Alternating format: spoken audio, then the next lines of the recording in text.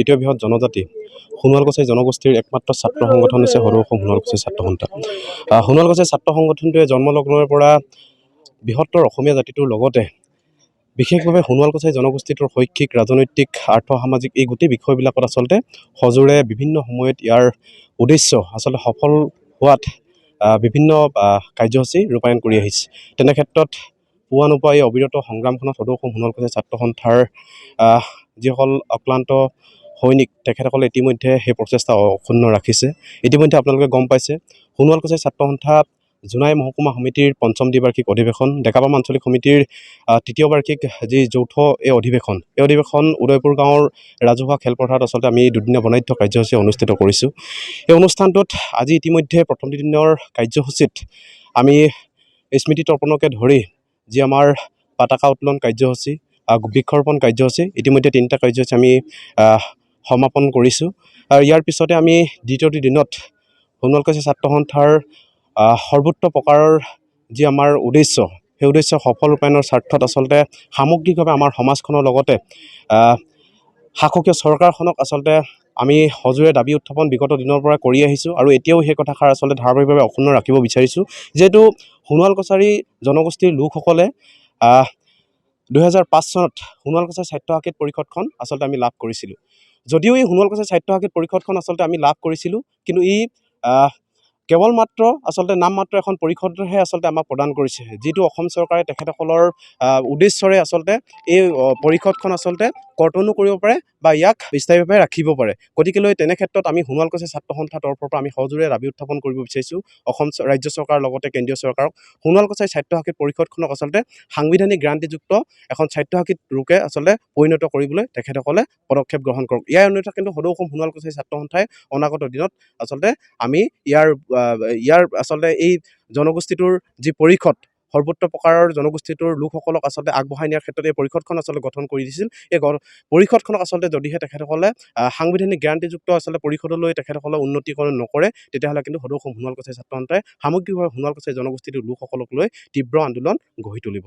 গতিকে এই অনুষ্ঠানটোত অহাকালিলৈ দিনটোত যিহেতু আপোনালোক সকলোৱে গম পাইছে বিভিন্ন অসমৰ সন্মানীয় জনগোষ্ঠীয় জাতীয় সংগঠনৰ বিশেষভাৱে যিসকল নেতৃবৃন্দ ইয়াতে আহিব।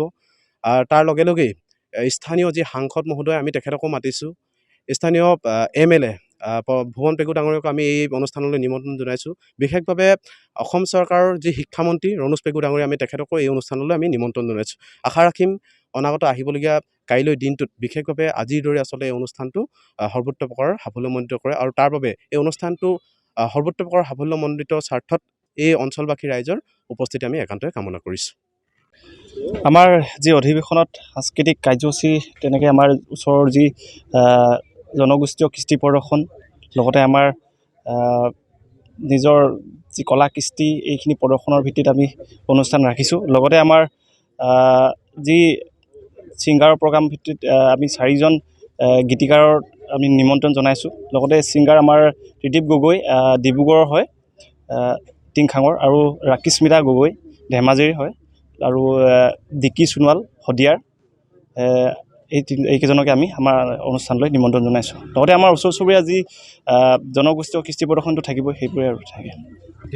প্ৰতিনিধি আমাৰ জোনাই মহকুমাৰ ভিত্তিত যি প্ৰতিনিধি হ'ব, তেতিয়া তাত আমি প্ৰায় 100জন মানৰ ভিত্তিত ঠিক কৰিছোঁ। লগতে আমাৰ যিখন ডেকাপাম আঞ্চলিক আছে, ডেকাপাম আঞ্চলিকত আমি প্ৰায় 70-80জন মানৰ ভিতৰত আমি এক্সপেক্ট কৰিছোঁ। আৰু তেনেকৈ আমি প্ৰতিনিধি থ্ৰুৱেদি আমাৰ যি লক্ষ্য উদ্দেশ্য লৈছোঁ সভাৰ যদি আমি বাৰ্তা দিব বিচাৰিছোঁ চৰকাৰখনক।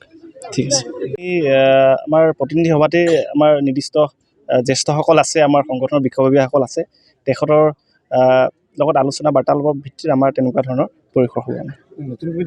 হয়, নতুন কমিটি গঠন কৰা হ'ব। আমাৰ যি মহকুমা সমিতিখন আমাৰ আছিলে আগতে, মহকুমা সমিতি তদন্ত সমিতি হিচাপে আছিলে, গোটেইখন সম্পূৰ্ণ হোৱা নাই, সম্পূৰ্ণকৈ গঠন কৰা হ'ব। লগতে ডেকাপাম আঞ্চলিকখনৰ নতুন কমিটি গঠন হ'ব তাতে।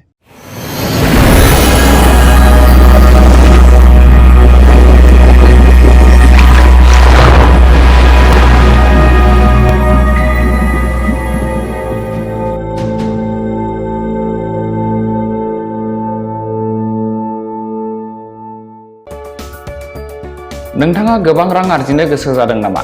जुदि गोसो जादों अब्ला नोंथांनि थाखाय मोजां खौरां new India technologies master franchise all Assam ATM service Hitachi ATM and Tata Indicash ATM फसंनानै नोंथाङाबो गोबां रां बुथुमनो हागोन लाइमोनफोरनिफ्राय जागायनानै बैसो जानाय गासिबो बैसोनि सुबुंफोरानो बे फालांगिजों गोरलैनो रां आरजिनो हागोन नोंथांनि गामियावबो बे एटिएम मेसिनखौ फसंनानै नोंथाङाबो मुलाम्फा मोननो हागोन बांसिनै मिन्थिनो थाखाय 7002005072 एबा 9401230135 जानबुं अनजिमायाव दिनैनो सुलाद ला